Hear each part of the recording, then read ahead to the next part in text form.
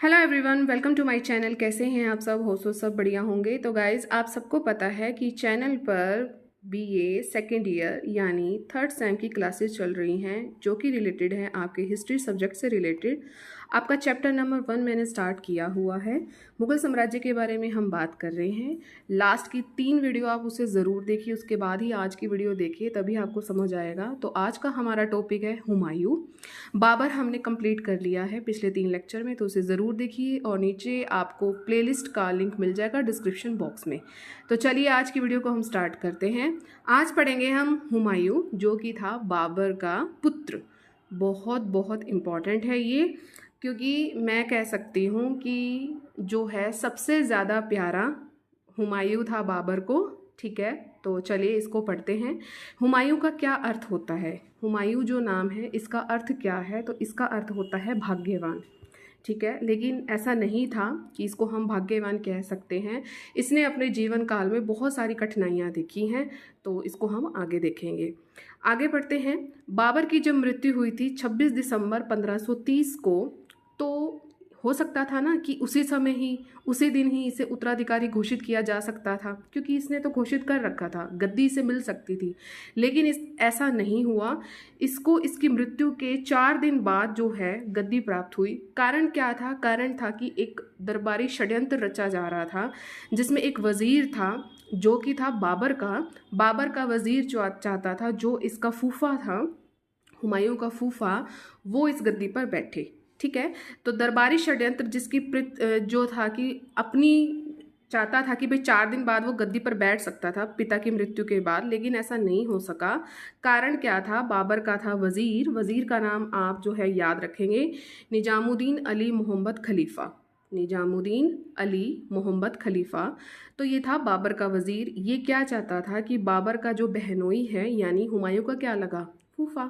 तो बाबर का जो बहनोई है, जिसका नाम है मेहंदी ख्वाजा। ठीक है, मेहंदी ख्वाजा। तो मेहंदी ख्वाजा को शासक बनाना ये चाहता था, लेकिन ऐसा नहीं हो सका। ये 4 दिन बाद अपने पिता की मृत्यु के बाद जो है गद्दी पर बैठ गया। ठीक है, सिर्फ इतनी सी बात है जो आपको याद रखनी है। ठीक है, तो आगे बढ़ते हैं, आगे देखते हैं इसका पूरा नाम क्या है। हुमायूं का पूरा नाम है नासरुद्दीन मोहम्मद हुमायूं, तो ये भी आपको याद रखना है। माता का क्या नाम है? माता का नाम भी आपको याद रखना है, माहिम बेगम। क्या नाम है? माहिम बेगम। माहिम बेगम है माता का नाम। ठीक है, इसके बाद हम जानेंगे कि हुमायूं का जन्म कब हुआ। जन्म हुआ उसका काबुल में, क्योंकि लास्ट जो बाबर रहा था वो काबुल में ही चला गया था। तो काबुल में 6 मार्च 1508 को हुमायूं का जन्म हुआ। उसके बारे में और कुछ जानते हैं कि उसको कहाँ से कौन सी चीज़ सीखी, वो किस में निपुण था। देखिए, उसे 3 भाषाओं का ज्ञान था। कौन कौन सी भाषा थी? तुर्की, अरबी और फारसी। कौन कौन सी थी? तुर्की, अरबी और फारसी। गणित, ज्योतिष और दर्शन का उसको ज्ञान था। युद्ध कला जो थी, उसने अपने जो पिता थे आपके बाबर, उससे सीखी थी। ठीक है, ये आपको इतनी चीज़ें याद रखनी हैं। जो प्रशासनिक ज्ञान था वो किसने लिया इससे? उसने बदखशा, हिसार ए फिरोज़ा व संभल की जागीर से प्राप्त किया था। ठीक है, कि प्रशासन कैसे चलाना है, जितना भी ज्ञान है इन 3 जगहों से इसने सीखा।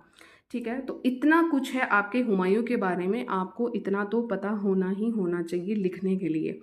एक बार रिवाइज कर लेते हैं। हुमायूं का अर्थ है भाग्यवान, लेकिन ऐसा नहीं था। बाबर की मृत्यु 26 दिसंबर 1530 को ही दरबारी षड्यंत्र रचा गया है, जो कि उसके वजीर यानी कि बाबर के वजीर द्वारा रचा गया। वो बाबर के बहनोई मेहंदी ख्वाजा को जो था गद्दी पर बिठाना चाहता था, लेकिन ऐसा नहीं हो सका। हुमायूं का जन्म हुआ 6 मार्च 1508 को। युद्ध कला उसने अपने पिता बाबर से सीखी। पूरा नाम था उसका नासरुद्दीन मोहम्मद हुमायूं। माता का नाम था माहिम बेगम। तुर्की, अरबी और फारसी भाषा का उसको ज्ञान था। ठीक है, युद्ध कला उसने बाबर से सीखी और प्रशासनिक जो ज्ञान था यहाँ से इसने लिया। इतना आपको याद रहना चाहिए। आगे बढ़ते हैं।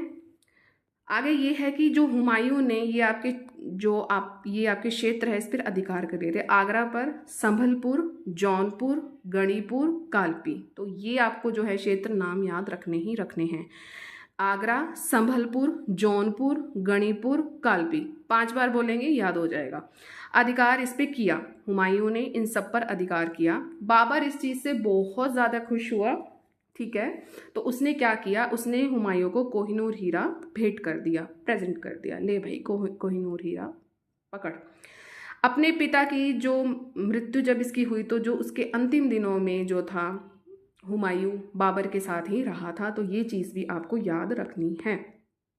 देखिए, मैंने आपको यहीं पर बता दिया था कि जो वज़ीर था वो ये चाहता था कि जो उसका बहनोई है बाबर का, मेहंदी ख्वाजा, वो गद्दी पर बैठे। तो ऑब्वियस सी बात है कि अगर वो गद्दी पे 4 दिन बाद बैठ गया तो समस्याएं तो उत्पन्न होंगी ही होंगी।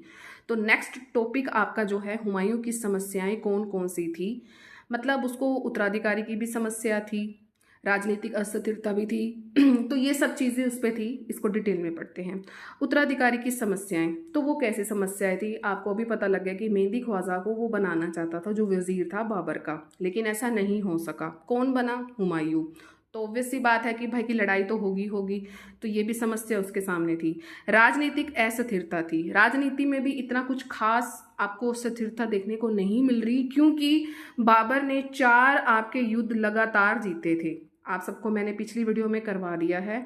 लास्ट उसका था घाघरा का युद्ध, जो कि था 1529 में, और 1530 में जो है उसकी मृत्यु हो गई।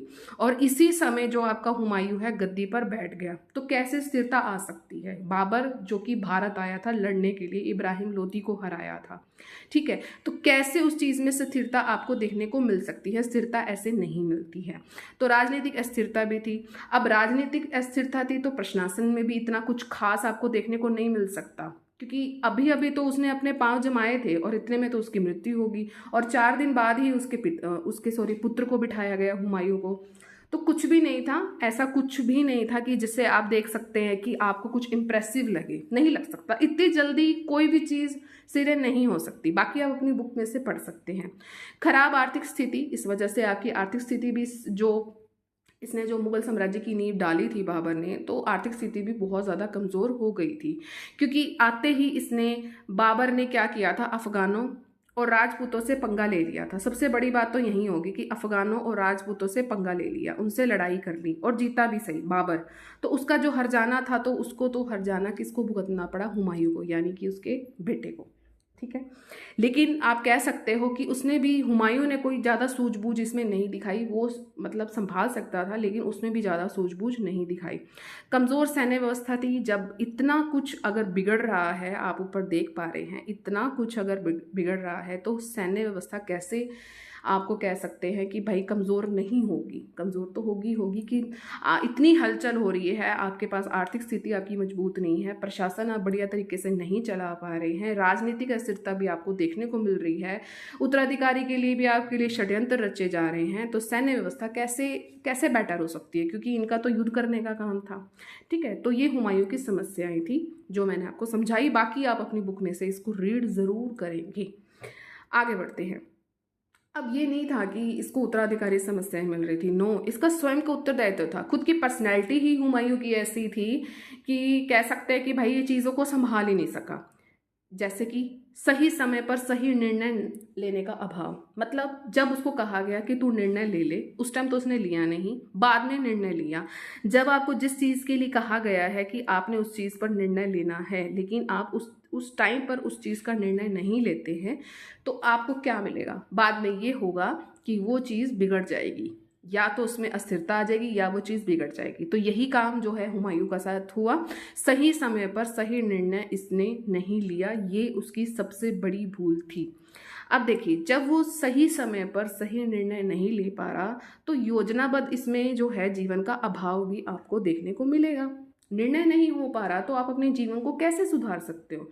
आज के टाइम में भी आप ये देखते होंगे कि मतलब जो भी है हम अपनी लाइफ को सर्वाइव करने में लगे रहते हैं, तो वो सिस्टमेटिक वे में है। बच्चा पढ़ रहा होता है तो उसे पता होता है कि मुझे आगे क्या करना है, कैसे करना है, मुझे कौन सा चैप्टर करना है।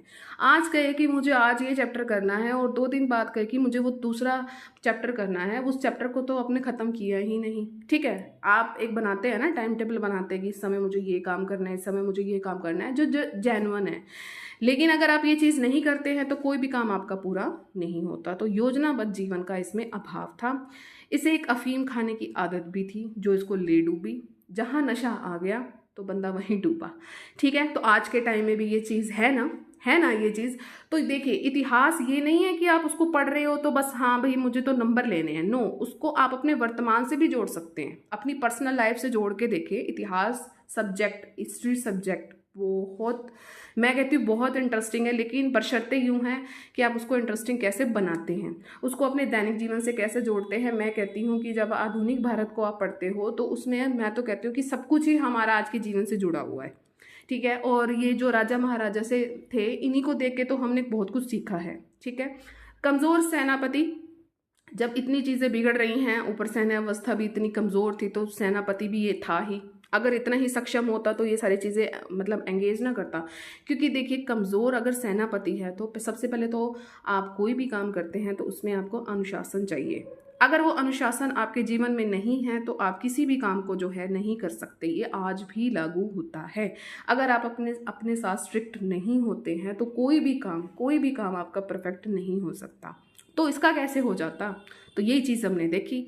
इसको खुद भी ले डूबा, इसका खुद का कैरेक्टर, उसकी खुद की पर्सनैलिटी हुमायूं को ले डूबी, और साथ में उसको जो है पीछे से भी, यानी कि बाबर की तरफ से भी बहुत कुछ जो है विरासत में मिला। उत्तराधिकारी बनना चाहता था, कैसे हुआ, स्ट्रगल किया, मतलब इसने बहुत स्ट्रगल किया है आपके हुमायूं ने।